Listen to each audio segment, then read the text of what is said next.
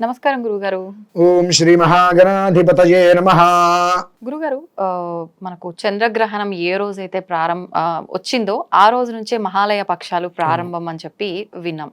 ఈ మహాలయ పక్షాల్లో మనం చేసే పనుల వల్ల పితృదేవతల ఆశీర్వాదం అనుగ్రహం కలుగుతుంది. మనం మిగతా రోజుల్లో చేసేదానికన్నా ఈ 15 రోజుల సమయంలో చేసే వాటికి ఎక్కువ పుణ్యం లభిస్తుంది అంటుంటారు కదా, ఎటువంటి కార్యక్రమాలు ఆచరించాల్సి ఉంటుంది? మహాలయ పక్షాలు అనగా పితృదేవతల యొక్క తిథులు. అంటే ఎవరికైతే కనుక తల్లి తండ్రి గతించిన వారు ఉంటారో వారందరూ కూడా ఈ 15 రోజులలో రోజు పితృతర్పణ మొదలవలసిందే.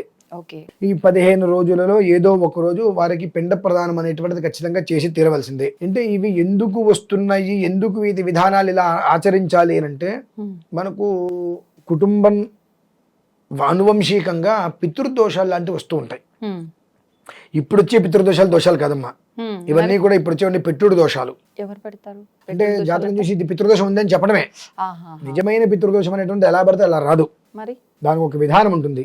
అంటే వాళ్ళు చనిపోయినటువంటి తర్వాత వారికి చేసేటువంటి ఒక క్రతువులు సరిగ్గా చేయకపోయినా, లేదా వారికి చేసే ప్రతి సంవత్సరము మామూలుగా సంవత్సరాంతం ప్రతి నెల చేస్తూ ఉంటారు, అది చెయ్యకపోయినా సంవత్సరం చేయకపోయినా తద్వారా వారి యొక్క బాధ అనేటువంటిది ఏ స్థితిలో ఉంటుందంటే ఆ ఒక దోష విధానాన్ని అనుసరించి తర్వాత జన్మకు తగులుతుంది. ఇప్పుడు ఒక మనిషి చనిపోయాడు, ఆ చనిపోయినటువంటి మనిషికి ఆ కొడుకు చేయలేదు సరిగ్గా, ఆ కొడుకు చేయకపోతే ఆ కొడుకు కలిగే సంతానానికి పితృదోషం ఆపాదిస్తుంది, అతనికి ఆపాదించదు. వారసులకి వస్తుంది, ఆపాదించి వాళ్ళకి ఉద్యోగాలు రావు. అంటే ఆడపిల్లలకు కూడా వస్తుందా? మగపిల్లలకి? ఆడపిల్లలకు వస్తే వివాహ సమస్యలు వస్తాయి. వివాహం కనుక ఎట్లాగొట్లయింది అనుకుంటే సంతాన సమస్యలు వస్తాయి. ఎట్లాగొట్టు సంతానం కలిగింది అంటే వాళ్ళకి ఏదో ఒకటి అనారోగ్య సమస్యలు వెంటాడుతూనే ఉంటాయి వాళ్ళకి. అలాగే మగపిల్లలకి చదువు చక్కగా వస్తుంది, ఉద్యోగం రాదు, ఉద్యోగం కోసం తిరగని ప్రదేశం ఉండదు, నానా రకాల ప్రయత్నాలు చేస్తూనే ఉంటారు. ఉద్యోగం అనేటువంటిది అది వాళ్ళకి పెద్ద గుదిబండలాగా తయారయ్యే స్థితి వాళ్ళకు వస్తుంది, ఆ పితృదోషం అనేటువంటిది. ఆ పితృదోషాలు అధికంగా ఉన్నాయి, వాటి నుంచి బయటపడాలి అనుకున్నప్పుడు పూర్తిగా ఈ యొక్క 15 రోజుల్ని మనం వినియోగించుకోవాలమ్మా. అంటే 15 రోజుల పాటు కూడా ఖచ్చితంగా ఉదయం పాటు నువ్వులు నీళ్ళు తీసుకొని తర్పణం వదిలిపెట్టి తీరవలసినదే. నేను వదిలిపెట్టండి ఏదో ఒకరోజు చేస్తాను అంటే ఇంకా చేయటం దేనికి, అది కూడా 3 పూట్ల తింటున్నాగా, నెల మొత్తం తింటున్నాగా.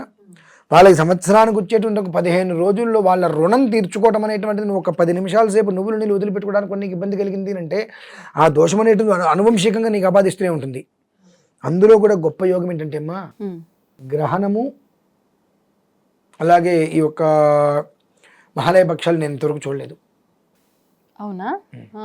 దీని ప్రభావం ఎలా ఉంటుంది అంటే పితృదోషంతో బాధపడేటువంటి వారి యొక్క దోషం ఠక్కని పోతుంది. ఆ రెండు కలిసి రావడం అనేటువంటిది ఒక యోగం కూడా. అయితే కొన్ని దోషాలలో కూడా కొన్ని యోగాలు ఉంటాయి, కొన్ని కర్మలలో కూడా కొన్ని కర్మలు ఉంటాయి. అంటే కర్మ చేయటం మన విధి, ఫలితం పరమేశ్వరాధీనం. అటువంటి వాటిలో కూడా కొన్ని యోగాలు భగవంతుడు మన యందు ఉండేటువంటి ప్రేమతో ఇస్తున్నాడు అనేటువంటి వినమ్మ. ఆ గ్రహణ విధానము ఈ రెండు రావడం, గ్రహణంలో చేసేటువంటివి అత్యంత శక్తిని ఇస్తూ ఉంటాయి. మేము ఆ గ్రహణ సమయంలో కొన్ని మంత్రాలు చేస్తూ ఉంటాం, దేవాలయాలు తలిపేసేసినప్పటికీ కూడా.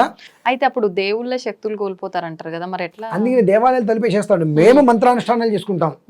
ఇప్పుడు కొన్ని మంత్రాలు మాకుంటాయి, ఆ మంత్రం అనేటువంటిది ప్రతిరోజు ఒక 1000 చేయాలి. ఏదో కార్యం చేయలేకపోయాం, ఈ గ్రహణ ప్రభావం వచ్చినప్పుడు ఒకసారి చేసినా కొన్ని వేల ఫలితం వస్తుంది. అటువంటిది ఆ రోజు నాడు కూర్చొని ప్రతి ఒక్క మంత్రము ఒక 1100 సార్లు చేసుకుంటూ వెళ్తాం. పురశ్చరణ అంటారు, మళ్ళీ అది సిద్ధి పొందుతాం మేము. అటువంటి అత్యంత యోగవంతమైనటువంటి సమయం అది. భాద్రపద పౌర్ణమి, భాద్రపద పాడ్యమి, గ్రహణం, మహాలయ పక్షాలు, ధర్మశ్చతుష్పద్, ధర్మార్థకామ్య మోక్షాలు దర్శనాన్ని అన్నీ ఒకేసారి కలిసి వస్తే ఎలా ఉంటుందంటే రేపు గ్రహణాలనే ఉంటుంది. ఆ స్థితిలో ఈ ఒక్క విధానాలు ఆచరించడం కావచ్చు, లేదా ఈ తర్పణాలు వదలటం అనేటువంటిది చాలా అత్యంత శ్రేయదాయకం అండి. విజయవాడలో అయితే మన వాళ్ళు ఏర్పాటు చేశారు. ఇప్పుడు మా ఇళ్లలో ఉంటుంది, మా ఇళ్లలో ఈ విధానాన్ని ఆచరించాలి అంటే కొంతమంది బ్రాహ్మణుని పెట్టి మంత్రానికి పెట్టి దానికి ఒక ఆబ్దిక విధానం ఉంటుంది, మహాలయ విధానం. సుమారుగా 4 నుంచి 5 గంటల సమయం పడుతుంది. అది అంతమందికి భోజనాలు పెట్టి, బట్టలు పెట్టి, వస్తువులు, చెంబులు, గ్లాసులు అవన్నీ చేసుకుంటూ వెళ్తాం మేము. అది విజయవాడలో కూడా ఏర్పాటు చేసాం. మన వాళ్ళు అంటే మనకు సంబంధించిన వాళ్ళు చాలా మంది మహాలయ పక్షాలు చేసుకునే వాళ్ళు ఉంటారు. అక్కడ మీరు వెళ్ళి శుభ్రంగా చేసుకోండి. ఇంట్లో అవకాశం ఉండొచ్చు, ఉండకపోవచ్చు, చెప్పలేము. ఆ అవకాశం ఇంట్లో ఒకవేళ లేదు అంటే కనుక మన ఇంట్లో మనం ఎలా చేసుకుంటామో ఆ రకంగా ఖచ్చితంగా ఒక మడి ఆచారంతో చేసే విధంగా అక్కడ ఏర్పాటు కూడా జరిగిందమ్మా. ఓకే. ఇప్పుడు ఇవి చాలా మంది సంవత్సరం అప్పుడు సంవత్సరికం చేసిన తర్వాత మళ్ళీ అసలు ఇట్లాంటి తర్పణాల జోలికే పోకుండా ఉంటారు చాలా మంది. అవునండి. అలాంటి వాళ్ళు కూడా చేసుకోవచ్చు. వాళ్ళ కోసమే అమ్మా ఎక్కువగా ఇది. ఈ 15 రోజులు వచ్చేది అటు ఇందాక నేను చెప్పింది అదే, అటువంటి వాళ్ళకి ఈ పితృదోషాలు అనువంశికంగా వచ్చేది. Okay okay. ఎందువల్లనంటే కడుపులో పిండం ఉంది, బిడ్డకేం పెట్టట్లేదుగా, బయటికి రాగానే బిడ్డకి పాలిస్తుంది. ఎందుకు ఇస్తుంది మరి? బయటకు వచ్చారు కదా, వాడు ఆహారం వాడు తింటారని చెప్పి వదిలేచ్చు కదండి. చనిపోయారు, సంవత్సరం అయిపోయింది, ఇక ఎందుకు చేయడం అని చెప్పి వదిలేశారు కదా. వీళ్ళ బ్రతుకున్నంతకాలం పుట్టినరోజులు చేసుకుంటున్నారుగా, ఎందుకు చేసుకోవడం? ఎప్పుడో ఒకసారి పుట్టావు, మళ్ళీ పుట్టినరోజు ఎందుకు చేసుకుంటున్నావు నువ్వు?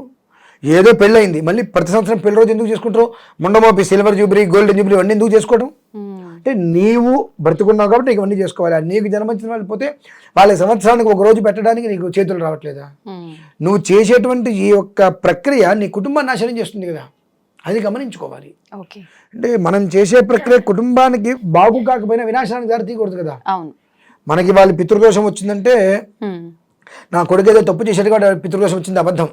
నేను చేసే పొరపాటుకు నా పిల్లవాడికి వచ్చింది పితృదోషం. నా తల్లిదండ్రులు నేను పట్టించుకోలేదు, నేను చూడలేదు, వాళ్ళకి గతిస్తే వాళ్ళకి కావాల్సిన మొత్తం చేయలేదు కనుక వాళ్ళ బాధ. ఇప్పుడు మీరున్నారు, మీ పిల్లలు కడుపుకి అన్నం పెట్టకపోతే వాళ్ళు ఏమంటారు? కడుపు మాడుతుంది, ఏడుపు వస్తుంది, అమ్మ తిడతాం, తిట్టో అరుచో ఏదో చేస్తుంటారు. అలాగే మన పెద్దవాళ్ళు వాళ్ళు గతించారు, గతించిన తర్వాత కూడా మనకు వాయు స్వరూపం అంటారు కాకి.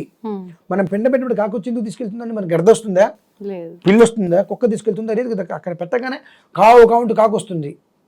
కాకి అంటే మనం చాలా ఇదిగా ఉన్నాం. కాకి మన ఇంట్లోకి వచ్చింది, మనం పెట్టిన మొదటి తీసుకెళ్ళిందంటే మనకు కొంచెం కొంచెం దోషాలు నిర్వీర్యం అవుతున్నట్టే. అందుకని అది ఎక్కడ దోషాలు పోతాయని చెప్పి కాకులు కాస్త కనిపించకుండా చేశారు మన హైదరాబాద్లో కాకులే కరువైనాయి. ఒకప్పుడు ఒక పిండం పెట్టగానే కావుగా అన్నీ వచ్చేవి. నేను ప్రత్యక్షంగా చూశానమ్మా. తారనాక దగ్గర తెలిసిన వాళ్ళు ఎవరు చనిపోతే వాళ్ళ కార్యక్రమం తీసుకుంటే వెళ్ళా. ఈ 10 రోజులు చేసే కార్యక్రమానికి వెళ్ళా. వాళ్ళు పెండం పెట్టారు, కాకి రావట్లే అంతసేపటికి. రోజు చేస్తున్నారు, కాకి రావట్లా.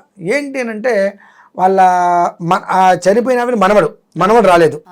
ఆ మనవడిని పిలవడం వీళ్ళకి ఇష్టం లేదు, మనవడిని పిలవడం వీళ్ళకి ఇష్టం లేదు. అక్కడ అందరూ చూస్తున్నారట. 3 రోజులు 4 రోజులు 5 రోజులు అయింది, కాకి రావట్లా.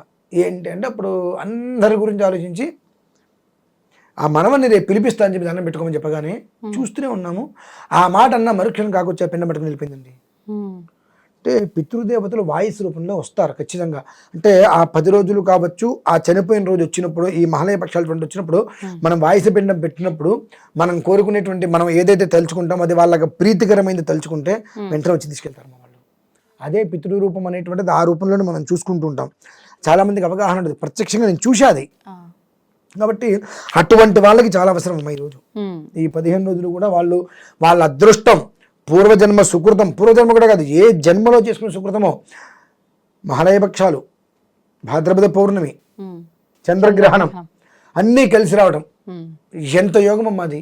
అంటే వీళ్ళు చేసుకున్నటువంటి అనుజన్మరక దోషాలన్నీ కూడా ఆ 15 రోజుల్లో పోతున్నాయి. ఈ పితృదోషాలకు సంబంధించిన అన్ని కూడా నిర్వీర్యమయ్యి జీవితం సార్థకత బాగుపడేటువంటి యోగ్యత ఆ రూపంగా వాళ్ళందరికీ కూడా ఆపాదించింది. దాన్ని సద్వినియోగం చేసుకోవడమే అంతే. ఓకే, ధన్యవాదాలు గురుగారు, మంచి విషయాలు తెలియజేశారు.